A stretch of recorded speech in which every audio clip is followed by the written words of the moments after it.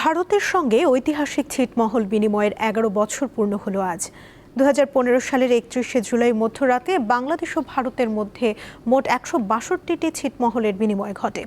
৬৮ বছরের বন্দি দশা থেকে মুক্তি পায় ছিটমহলগুলোতে বাস করা মানুষগুলো। তবে নাগরিকত্ব সহ নানা সুযোগ সুবিধা পেলেও কুড়িগ্রামের ফুলবাড়ী উপজেলার দাসিয়ারছড়া বাসিন্দাদের দাবি, এখনও তারা কাঙ্ক্ষিত প্রশাসনিক সুবিধা থেকে বঞ্চিত।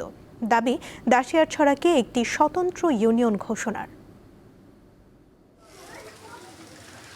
ছিটমহল বিনিময়ের ১১ বছরে দৃশ্যমান জীবনযাত্রা পাল্টে গেছে বিলুপ্ত ছিটমহলবাসীর। দীর্ঘ ৬৮ বছর বন্দি জীবন কাটানোর পর তারা এখন যুক্ত হয়েছে উন্নয়নের মূলধারায়। আমাদের ছিটমহল বিনিময়ের পর আমরা মোটামুটিভাবে সকল সাইট, আমরা কমিউনিটি ক্লিনিক পেয়েছি, আমরা শিক্ষা প্রতিষ্ঠান পেয়েছি, রাস্তাঘাট পেয়েছি। এখন আমাদের এখানে মাধ্যমিক হয়েছে, উচ্চ মাধ্যমিক হয়েছে, আমরা এই কলেজে পড়াশোনা করতে পারতেছি।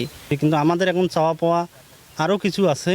শিক্ষা প্রতিষ্ঠানগুলো যেগুলো এমপিও করা হয়নি সেগুলো যেন এমপিও হয়। মানে দীর্ঘ বঞ্চনার পরে যে জিনিসগুলো আমরা পাইনি, দীর্ঘ ১১ বছর পর আমরা সেই জিনিসগুলো পেয়েছি।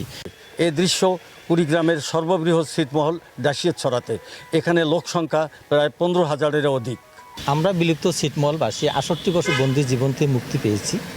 আমরা সবচেয়ে বড় যে বাংলাদেশের নাগরিকত্ব পেয়েছি, এটি আমাদের গর্ব এবং অহংকার। এবং ইউনিয়ন পরিষদ হলে এখানকার মানুষ নাগরিক সেবাটা সুষ্ঠুভাবে পাবে বলে আমাদের সকলের বিশ্বাস।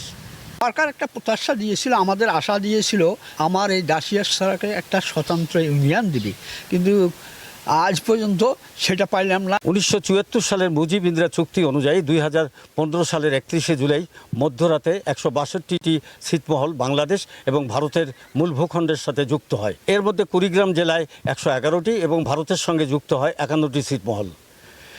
বিলুপ্ত ছিটমহল দাসিয়ারছড়া থেকে মোহাম্মদ ইউনুস আলী, দীপ্ত সংবাদ, কুড়িগ্রাম।